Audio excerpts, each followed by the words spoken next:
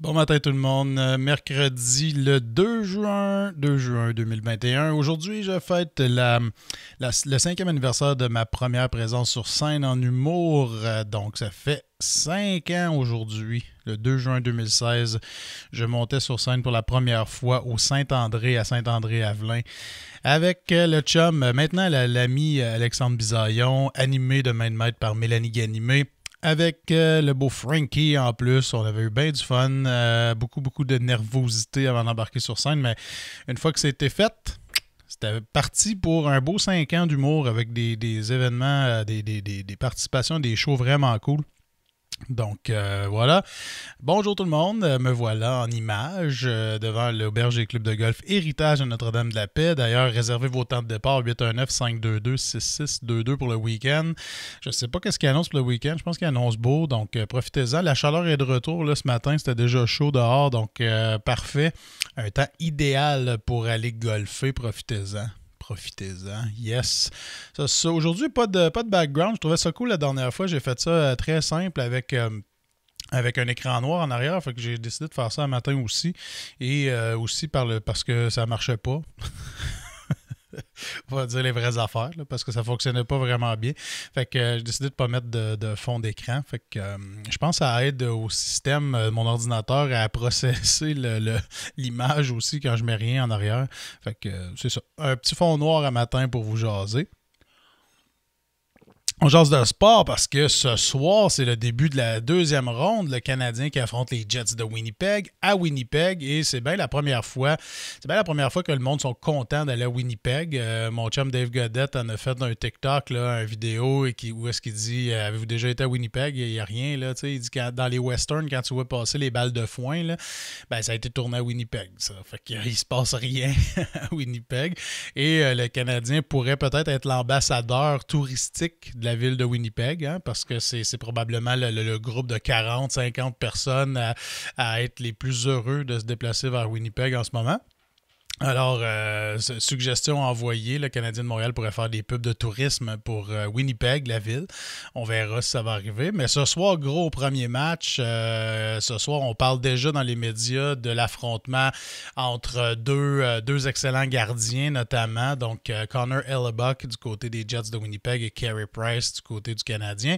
Est-ce que ça va être l'affrontement entre les deux gardiens de but? Est-ce que ça va être un affrontement entre deux équipes contender, comme on dit, ou non? On verra. Les Jets ont eu une saison correcte, sans plus, terminent troisième dans la division Nord, division canadienne. Une équipe que la plupart des analystes qualifient de construite pour les séries. Donc, on verra si ça peut se traduire là-dedans. Je sais pas comment analyser cette série-là parce qu'on s'attendait pas à avoir ces deux équipes-là en finale de la division Nord. On s'attendait à avoir plutôt un affrontement entre les Maple Leafs et les Oilers, les deux équipes qui avaient terminé premier et deuxième. On savait qu'il y avait une grande possibilité de choke du côté des Maple Leafs. Du côté des Oilers, par contre, on pensait que c'est les Oilers qui allaient probablement remporter la série contre les Jets en 4 matchs ou plutôt facilement. C'est pas ça qui est arrivé. On se retrouve avec les équipes de position 3 et 4. Est-ce que l'analyse l'analyse de cette série-là peut se faire réellement quand on a devant nous les deux dernières équipes repêchées dans cette division-là. J'ai bien hâte de voir parce que... Oups, toute brasse. J'ai bien hâte de voir parce que techniquement, je pense que les Jets sont beaucoup plus forts, mais le Canadien, il ne faut pas les prendre pour battus parce que justement, ils ne devaient pas gagner contre les Maple Leafs et ils l'ont fait en 7 matchs d'une belle façon magistrale, grosse performance de Carey Price. Dans les deux derniers matchs, match 6, match 7, le Canadien a contrôlé la rondelle.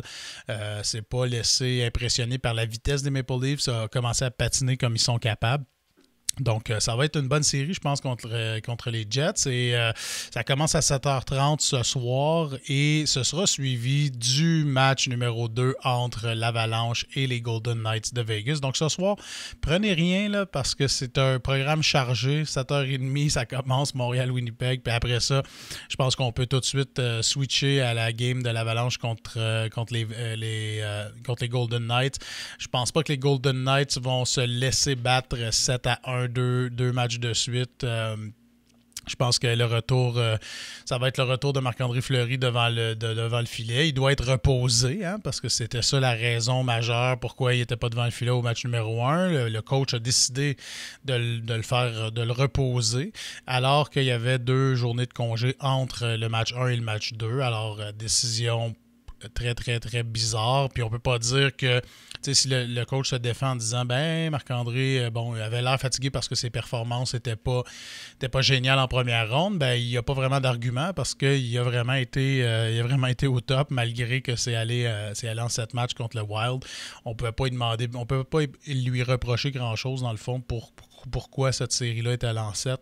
Donc, décision douteuse, mais je pense que ce soir, ça va être un match beaucoup plus serré entre l'Avalanche et les Golden Knights. S'il y a une équipe, en fait, qui peut rivaliser avec l'Avalanche, c'est les Golden Knights. Parce que si l'Avalanche passe cette série-là plutôt facilement, je pense qu'on peut déjà penser ou en tout cas leur attribuer peut-être la coupe assez d'avance, mais ça se joue sur la glace, on le sait, il y a des émotions, il peut y avoir des blessures, tout peut arriver.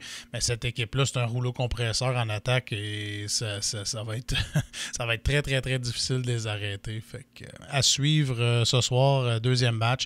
Bien hâte de voir ça. Je pense que ce soir, ça va être une belle soirée hockey à la télé dans mon cas.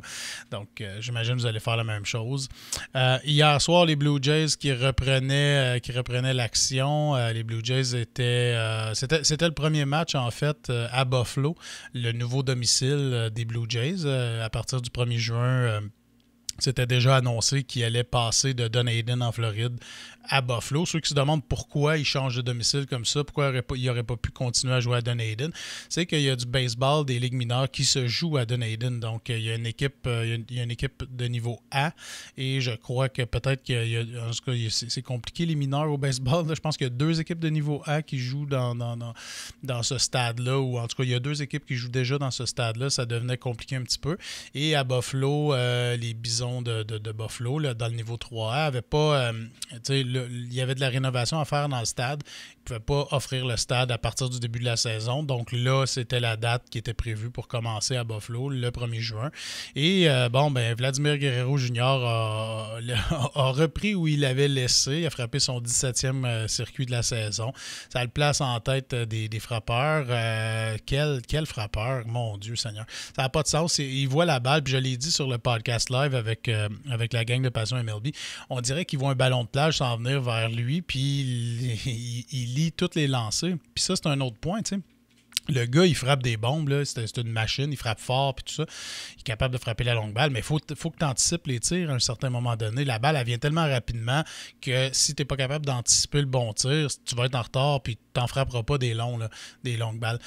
Fait tu sais, ça, c'est au-delà de la puissance puis de la technique de frappe. C'est un gars qui est intelligent au bâton, qui lit bien les tirs des lanceurs adverses, qui sait ce qui va s'en venir comme tir, qui voit bien la balle partir de la main du lanceur, parce que ça se joue là. Je veux dire, quand tu es frappeur, la balle arrive tellement vite, le lanceur est à 40 pieds. Tu n'as pas le temps là, en milieu de lancer de faire comme OK, c'est une rapide. Non, faut que tu vois quasiment les doigts sur la balle du lanceur quand la balle elle sort de sa main. Et c'est ce que les bons frappeurs font, en fait. Ils sont capables de lire le tir très, très rapidement. Puis si c'est une balle rapide, ils sont prêts. Ils sont déjà prêts à clutcher. Et tout dépend de la précision du tir à ce moment-là. Mais Vlad qui a laissé où ce qu'il avait laissé, qui a repris où ce qu'il avait laissé, et les Blue Jays qui l'ont emporté hier 5-1, si je ne me trompe pas, contre les Marlins. Les Marlins, c'est pas une puissance, mais c'est une équipe qui se débrouille bien. Puis c'est une équipe qui a beaucoup d'avenir dans la Ligue nationale. Deuxième match ce soir. C'est une série de 2 matchs seulement. Donc, deuxième match ce soir. Et les Blue Jays vont être en congé par la suite jeudi. Et ils vont reprendre vendredi une nouvelle série. Donc, drôle de semaine pour les Blue Jays. Congé lundi, congé jeudi. C'est rare qu'on voit ça, des équipes qui ont des congés dans la même semaine, alors qu'ils sont à domicile, puis qu'ils n'ont pas à voyager. Donc, une petite semaine pour les Blue Jays. S'ils peuvent gagner ce soir, ça va être bon. Ça va les placer. Présentement, ils sont à 5 matchs et demi de la tête dans la division. Les Rays de Tampa Bay qui continuent de gagner, qui sont durs à rattraper. Et fait que c'est ça. Mais puis jeudi, dans le podcast live, on va jaser de baseball encore une fois avec la gang de Passion MLB. Et on va jaser aussi un panel. Je suis en train de monter un panel d'humoristes. On va parler de hockey, on va parler des séries, on va parler du Canadien. Mais je veux le faire avec des boys humoristes qui suivent un peu le hockey, qui sont des passionnés puis tout ça. Fait qu'on je vais les recevoir une couple de chums, puis je vais vous annoncer ça probablement demain. Et on va se faire un panel à compter de 20 heures sur le podcast, puis on va jaser des playoffs, on va jaser depuis quand les gars sont fans, depuis quand ils suivent le hockey, est-ce qu'ils ont joué au hockey, est-ce que, tu sais, c'est quoi pourquoi ils aiment tant ça, suivre le hockey aussi. Fait qu'on on va faire ça jeudi dans le podcast, ça va être bien intéressant. Fait que bien hâte de vous jaser. Donc, voilà. Sinon, les internationaux Roland Garros à Paris, ça se poursuit. Hier, Dominic Thiem, qui est la 4e tête de série, si je ne me trompe pas, ou peut-être même la 3e dans le tournoi, a perdu en premier tour, tabarouette. Une grosse surprise parce que ça va arriver, j'en ai parlé sur le podcast à plusieurs occasions, ça va arriver que les têtes de série vont partir tôt dans les tournois, surtout sur terre battue, parce que c'est pas des spécialistes de terre battue, mais Dominic Thiem, c'est un Autrichien qui est excellent sur terre battue, donc techniquement, ça aurait pas dû, il aurait pas dû perdre premièrement. Je veux dire, il affrontait pas une puissance non plus, mais c'est une surprise. C'est pas parce que le gars il en joue pas des tournois et qu'il excelle pas sur la surface. C'est vraiment. Il s'est fait surprendre par le joueur adverse, puis il a été obligé de faire ses valises. Puis quand tu t'es éliminé au premier tour sur un tournoi du Grand Chelem, premièrement, tu perds beaucoup, beaucoup de points au classement parce que c'est des points que tu défends de l'année précédente. C'est comme ça que ça fonctionne. Donc, tu perds beaucoup de points, mais tu es aussi en vacances forcées pour un gros 2 semaines parce que le tournoi du Grand Chelem dure 2 semaines et il n'y a pas de tournoi pendant ce temps-là. Fait que tu t'entraînes, puis tu regardes les autres aller, puis tu fais juste, t'es impuissant là, envers ton classement à ce moment-là. Donc, c'est ce qui arrive avec Dominic Thiem. Roger Federer qui a passé la première ronde contre Denis Istomin super facilement, 6-2, 6-3, 6-4. Mais en deuxième ronde, là, c'est ce qui arrive. Il y a des joueurs qui étaient blessés, qui reviennent au jeu et en raison de la pandémie, n'ont pas joué beaucoup de tournois, ils n'ont pas accumulé beaucoup de points. Fait qu'ils ont dégringolé au classement, ce qui fait qu'il y a des bons joueurs qui se retrouvent des anciennes têtes de série, qui sont plus têtes de série, mais qui sont dans le tournoi quand même.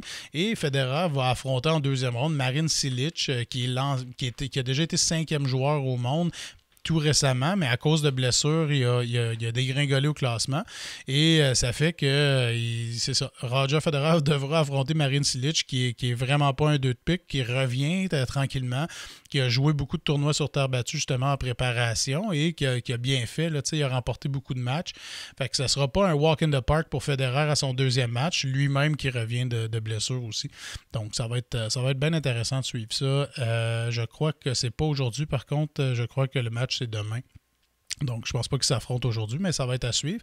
Sinon, l'entrée en scène de Rafael Nadal aujourd'hui, on va voir comment ça va se passer dans son cas. Ça devrait être un walk in the park pour lui. Ah non, il a remporté, c'est vrai, Nadal a remporté son premier match, donc lui aussi va jouer seulement demain. Donc, à suivre, mais il affrontait Popirine, qui est pas un mauvais joueur non plus. Donc, il y a beaucoup de joueurs qui sont bons sur terre battue, qui affrontent des têtes de série au premier tour. Donc, possible qu'aujourd'hui, on voit d'autres premières têtes de série tomber. D'ailleurs, le Canadien, le Québécois Félix Auger-Aliassime a perdu son premier match, donc il est éliminé du tournoi. Et j'avais parlé hier dans le podcast que Milos Raonic était du tournoi, mais il n'est pas là. Il était dans le tableau et je crois qu'il s'est désisté, donc c'est un joueur qualifié qui a pris sa place à ce moment-là. Fait qu'il reste déjà plus de Canadiens parce que Shapovalov n'est pas là, donc il n'y a déjà plus de Canadiens dans le tableau principal du côté des hommes. Et Bianca Andreescu du côté des femmes a perdu aussi en 3-7. Avait bien fait gagner le premier set, mais a perdu les deux autres au bris d'égalité. Donc, c'est ça. Mais elle revenait de blessure elle aussi, donc probablement que ça va aller de mieux en mieux dans son cas. Alright, je vous souhaite une bonne journée, la gang. Puis, that's it. Abonnez-vous à ma chaîne sur YouTube, en zone neutre podcast. Et J'ai recommencé à utiliser beaucoup Twitter dans les derniers jours et pour la première fois là, depuis le début du podcast, le podcast va être diffusé live sur Twitter aussi jeudi. Donc, si vous me suivez sur Twitter, là, gênez-vous pas pendant le live, allez commenter puis tout ça. On va suivre ce qui se passe sur Twitter pendant le podcast puis on va jaser avec vous autres. Donc, à jeudi la gang puis on se reparle probablement demain matin. All right, ciao!